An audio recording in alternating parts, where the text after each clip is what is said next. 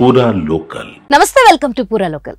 మిగిలింది పంచాయతీ ఎన్నికలే. దేశానికి పట్టుకొమ్మలు గ్రామాలే అనే నినాదం బలంగా వినిపించే రోజులు ముందు ముందు రానున్నాయి. దేశానికి ఇవి పట్టుకొమ్మల్లా ఉన్నా ఎందుకో అభివృద్ధిలో ఆమడ దూరంలో ఉన్నాయి. గ్రామాల్లో ప్రజా ప్రతినిధులు వైఫల్యం కారణమే, లేక ప్రభుత్వాలు అనైతిక చర్యల్లోనో కానీ గ్రామాలు అభివృద్ధిలో దూసుకుపోవడం లేదు. అందుకే రాబోయే ఈ పంచాయతీ ఎన్నికల్లో విద్యావంతులు, మేధావులే ప్రజా ప్రతినిధులు కావాలి. యువకులు నడుం బిగించి చెయ్యి కలిపి ముందుకు కదలాలి.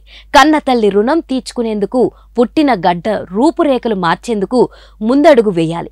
ఒక్కరు కాదు, ఇద్దరు కాదు, ప్రతి గ్రామాన్నే అవకాశాలు దొరికితే రాజకీయ పార్టీ, దొరకకపోతే స్వతంత్రంగానే బరిలో నిలవాలి.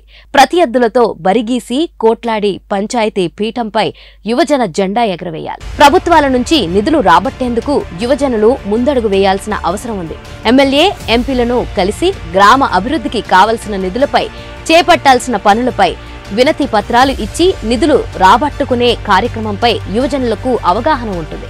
గ్రామంలో నెలకొన్న సమస్యలపై చర్చా వేదిక పెట్టి పరిష్కరించుకోవాలి. అభివృద్ధి నివేదికలు రూపొందించుకోవాలి. గ్రామ సభల ఆవశ్యకతను గ్రామ పౌరులకు తెలియచెప్పే ప్రజా ప్రతినిధి కావాలి. ప్రభుత్వ పథకాలపై గ్రామ ప్రజలకు అవగాహన పరిచే నేతలు కావాలి.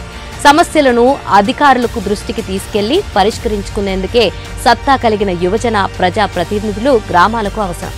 అందుకే ప్రతి గ్రామంలో యువజనులు కంకణ బుద్ధులై రాజకీయ క్షేత్రంలోకి దిగాల్సిన అవసరం ఉంది. ఉద్యోగం, ఉపాధి కాకుండా